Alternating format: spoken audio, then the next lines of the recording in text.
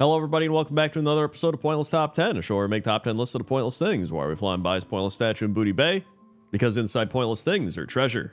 Let's begin. 10. Number 10 are the Onslaught horses, and the Onslaught horses are the Scarlet Onslaught Knight mounts in New Hearthglen in Dragonblight. And I actually think this horse kind of shows up in a few different areas, one of which is, I think the body of the horse is actually used for the Blood Elf Paladin mount, so that's pretty cool. But I picked these horses for a different reason, and that's when you kill the rider of the horses, when you kill the Onslaught Knights, the horse then becomes friendly, and that's because there's a quest from Hansel Bauer at Venomspite, and he asks you to steal 3 Onslaught horses and deliver them to him. And he's like, "The High Executor came to me and said, Hansel, I want you to get us new mounts. Where does he think these dreadsteeds come from, the ground?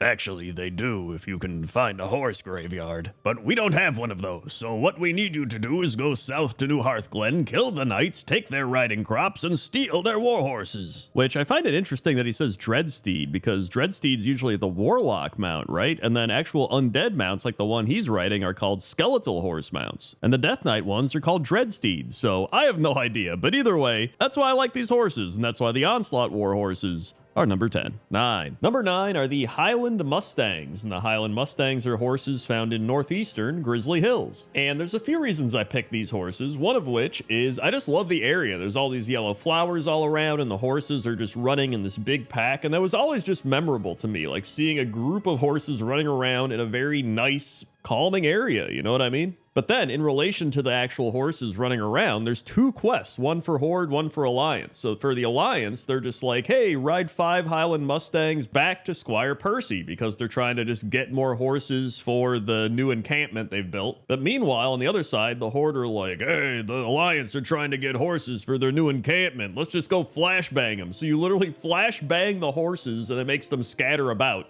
which is pretty insane now that I think about it. But yeah, overall, this is just a really unique and kind of odd situation in World of Warcraft where you have this kind of majestic area with these horses running free and having a great time, and the Alliance are just like, yo, we could lure these horses back to our camp. And then you have the Horde just being like, nah, they ain't doing that, flashbang them. And it's just like, dude, just let the horses run, man, right? Like, just let them run, you know? They're having fun, they're having a great time. But either way, that's why the Highland Mustangs are number 9. 8. Number 8 is Bruno the Brick, and Bruno the Brick is a horse located at the Tradewinds Market in Borealis. And listen, there's a lot of horses in World of Warcraft, and when I say a lot, I mean there's a lot of horses, all right? But Bruno the Brick just stood out to me because he could have just had some random name, right? He could have just been Bruno, right? We don't talk about Bruno, but he's Bruno the Brick.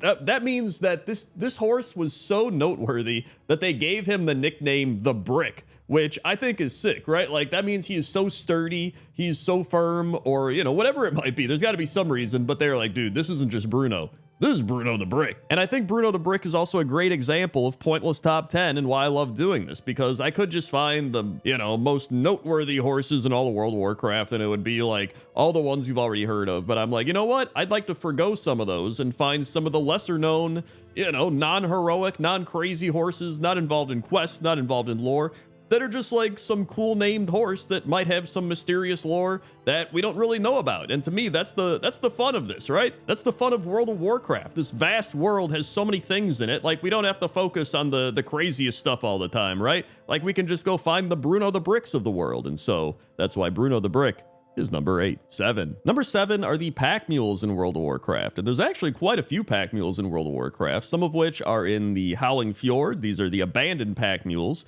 and then there's just normal pack mules located in the Tiergard Sound. And I was trying to look up whether a mule is considered a horse, and it says here that a mule is only born when a female horse and a male donkey mate.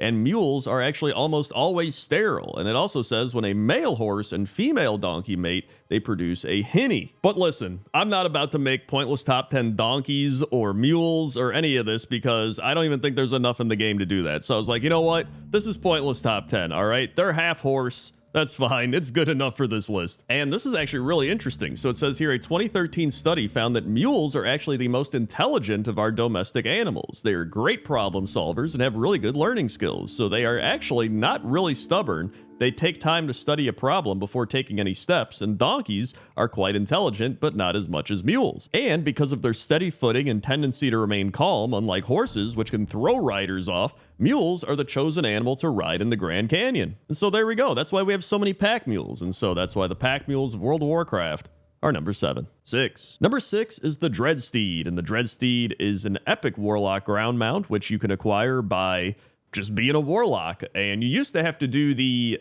quest line to acquire the Dreadsteed, which I ended up doing in Classic WoW, not in Vanilla WoW, but, you know, Classic WoW when they brought it back. And that quest line was kind of crazy, like the amount of stuff you have to gather, and I had to get help from other people, but it was actually, at the end of it, pretty cool. Like, I was like, yo, this was actually really fun. And obviously, you know, most epic mounts, you have to go out and get a bunch of gold, and then you get them out, but, you know, you still had to spend gold to get this because you had to get the materials, and a lot of them you would just buy. But, you know, it was still fun to go through this big epic mount quest line and be like, dude, like, I earned this mount. Like, that was really cool. On top of the fact that, you know, the Felsteed, the lesser version, was just free, which, you know, when you hit level 40 and you're struggling for gold, it's pretty nice to just get a free mount back in, you know, classic vanilla WoW. In fact, there's actually some lore that I didn't even know, and that Zoroth is the home planet of these fiery horse-like demons who serve as the mounts of the Dreadlords, and the finest belong to the Nathrazim Dreadlord, Lord Helnarath, the Stable Keeper. It also says in the Mount Journal that it craves only fel energy, not apples, and it hates seeds. So there you go. This is why you watch Pointless Top 10, to learn the Dreadsteeds hate seeds, and that's why the Dreadsteed is number 6. 5. Number 5 are the Death Chargers, and there's actually a lot of confusion in terms of Death Charger naming. So we have the Death Chargers, which are the mounts of the Death Knights. Then we also have the Death Chargers Reigns, which is the mount of Baron Rivendare,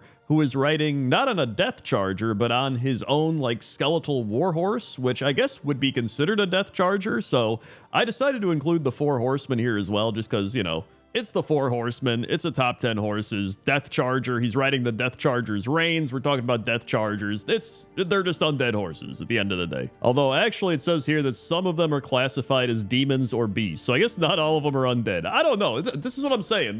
It's so confusing to figure out what is considered what in terms of Death Chargers. There's probably some guy out there like, actually, I have a Death Charger degree in the comment section. But either way, I really like Death Chargers. I think they're a great aesthetical mount for the Death Knights. Like, they really do fit that Death Knight theme, which, you know, obviously makes sense. That's why they got designed. But I think they did a great job with them. I always like riding my Death Charger when I play my Death Knight, and so that's why I decided to put them. And the 4 horsemen at number 5. 4. Number 4 is Midnight, and Midnight is a Tumen the Huntsman's mount located in Karazhan. And it says here, according to the Exploring Azeroth, the Eastern Kingdoms book by Christy Golden, that Midnight is known as one of, if not the fastest and strongest existing horses. I also really like how Midnight has these fangs. I never really noticed it until I was making this video and saw up close, but Midnight actually has these little fangs coming out, like vampire fangs or something. But in addition to just looking cool, I always remember this fight from Karazhan, you know, I mean, obviously the fight's more Atumen the Huntsman, but,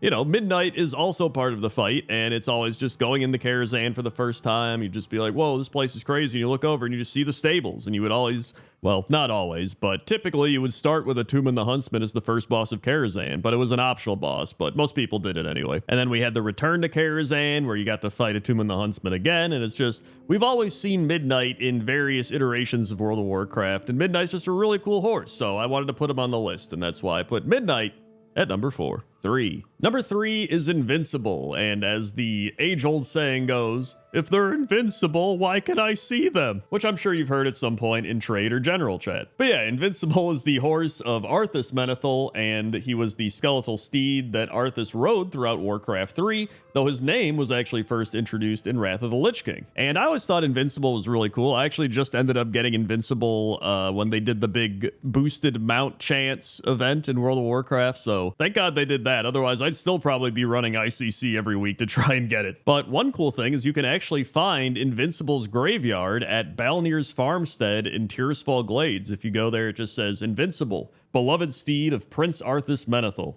loyal and great heart in life, may you find peace in death. pure streams and green pastures, devoted friend. And interesting enough, it says, following Arthas's defeat, Invincible's saddle was lost beneath Icecrown. Years later, the Knights of the Ebon Blade retrieved the saddle and used it to create steeds for the Four Horsemen. So, speaking of the Four Horsemen earlier, they're tied into Invincible. So look at that, full circle here. But either way, that's why Invincible is number 3.